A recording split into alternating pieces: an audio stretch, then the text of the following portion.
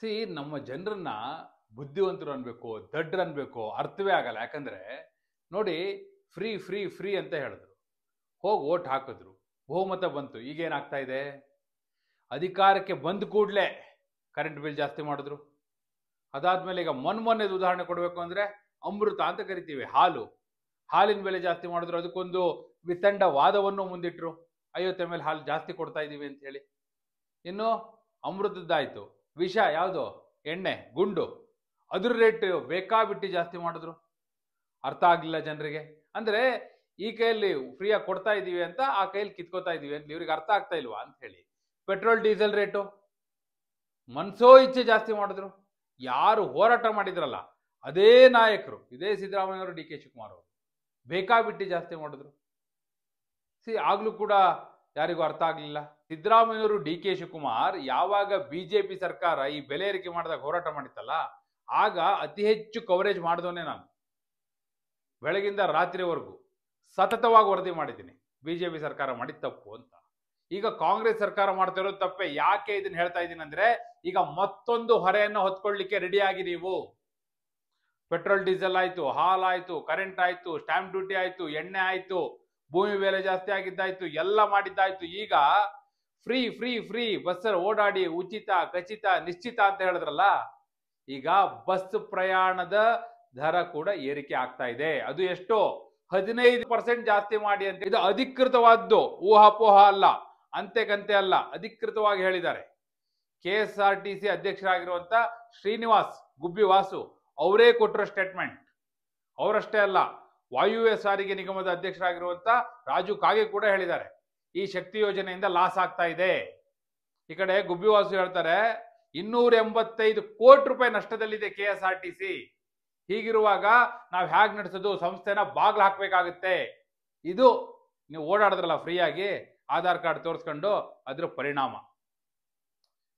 ಯಾವುದು ಸುಮ್ಮನೆ ಬರೋದಿಲ್ಲ, ಅದನ್ನೇ ಹೇಳ್ತಾ ಇದ್ದಿದ್ದು. ಅವರವರ ರಾಜಕೀಯ ಲಾಭಕ್ಕಾಗಿ ಇದನ್ನೆಲ್ಲ ಮಾಡ್ತಾ ಇರೋದು ಅನ್ನೋದನ್ನ ಅದೇ ಕಾರಣಕ್ಕಾಗಿ ಹೇಳ್ತಾ ಇದ್ದಿದ್ದು. ನಿಜಕ್ಕೂ ಏನು ಕೊಡಬೇಕು ಜನರಿಗೆ, ಆಗ್ಬೇಕಾಗಿರೋದೇನು, ಮಾಡಿದ್ದೇನು, ಮತ್ತು ಅವರ ಮಾಡುವ ಉದ್ದೇಶ ಏನು? ನಿಮ್ಮನ್ನೇನೋ ಉದ್ಧಾರ ಮಾಡಬೇಕು ಅಂತ ಅಲ್ಲ. ಅವ್ರಿಗೆ ರಾಜಕೀಯವಾಗಿ ಲಾಭ ಆಗ್ಬೇಕಿತ್ತು, ಎಲೆಕ್ಷನ್ ಲಾಭ ಆಗ್ಬೇಕಿತ್ತು, ಅಧಿಕಾರಕ್ಕೆ ಬರಬೇಕಿತ್ತು, ಲೋಕಸಭೆಯಲ್ಲಿ ಜಾಸ್ತಿ ಸೀಟ್ ತೆಗಿಬೇಕಿತ್ತು. ಅದಕ್ಕೋಸ್ಕರ ಅಷ್ಟೇ ಮಾಡಿದ್ದು. ಇದೇ ವಾಸ್ತವ. ಜನರು ಅರ್ಥ ಮಾಡ್ಕೋಬೇಕಷ್ಟೇ. ಈ ರಾಜಕಾರಣಿಗಳು ಏನೋ ಒಂದು ಫ್ರೀ ಕೊಟ್ಕೊಳ್ಳಿ, ನಮ್ಮನ್ನೇನೋ ಉದ್ಧಾರ ಮಾಡೋಕ್ಕೋಸ್ಕರ. ನೋ, ಅವರ ಉದ್ದೇಶ ಅದಲ್ವೇ ಅಲ್ಲ. ಅವರು ಉದ್ಧಾರ ಆಗೋದಷ್ಟೇ ಅವರ ಉದ್ದೇಶ. ಒಂದ್ ಕಡೆ ಕೊಟ್ಬಿಟ್ಟು 4 ಕಡೆ ಕಿತ್ಕೊಳ್ಳೋದಿದೆಯಲ್ಲ, ಇದನ್ನ ನೀವು ಹೆಂಗ್ ಒಪ್ಕೋತೀರಿ ಅಂತ ನಂಗೆ ಅರ್ಥ ಆಗೋದಿಲ್ಲ. ಯಾರೋ ಒಂದು ರಾಜಕೀಯ ಪಕ್ಷದ ಬೆಂಬಲಿಗರು ಇರ್ತೀರಿ, ಅದನ್ನ ಸಮರ್ಥನೆ ಮಾಡ್ಕೋತೀರಿ, ಮತ್ತೊಬ್ರು ಅದನ್ನ ವಿರೋಧಿಸೋರು ಇರ್ತೀರಿ, ವಿರೋಧ ಮಾಡ್ತೀರಿ. ಅದಲ್ಲ, ವಾಸ್ತವ ಏನು ಅಂತ ಯೋಚನೆ ಮಾಡಿ. ನೀವಷ್ಟೇ ಅಲ್ಲ, ನಿಮ್ಮ ಮುಂದಿನ ಪೀಳಿಗೆ ಅದು ಯಾವ ರೀತಿ ಇರಬೇಕು, ಏನು ಇಂಪ್ಯಾಕ್ಟ್ ಆಗುತ್ತೆ, ಲಾಂಗ್ ಟರ್ಮ್ ಇಂಪ್ಯಾಕ್ಟ್ ಏನು, ಅದನ್ನ ಯೋಚನೆ ಮಾಡಬೇಕಾಗುತ್ತೆ ಇಂತಹ ಪ್ರಕರಣಗಳಲ್ಲಿ. ಈಗ ಬಸ್ ಪ್ರಯಾಣ ದರವನ್ನು 15% ಜಾಸ್ತಿ ಮಾಡದೆ ಹೋದ್ರೆ KSRTC ಸಂಸ್ಥೆಯನ್ನೇ ಮುಚ್ಚಬೇಕಾಗುತ್ತೆ ಅಂತ ಹೇಳಿರೋದು ಮತ್ತೇನು ಅಲ್ಲ, ಬಸ್ ಪ್ರಯಾಣ ದರವನ್ನು ಏರಿಕೆ ಮಾಡ್ತೀವಿ ಅಂತ ಹೇಳ್ದಂಗೆ.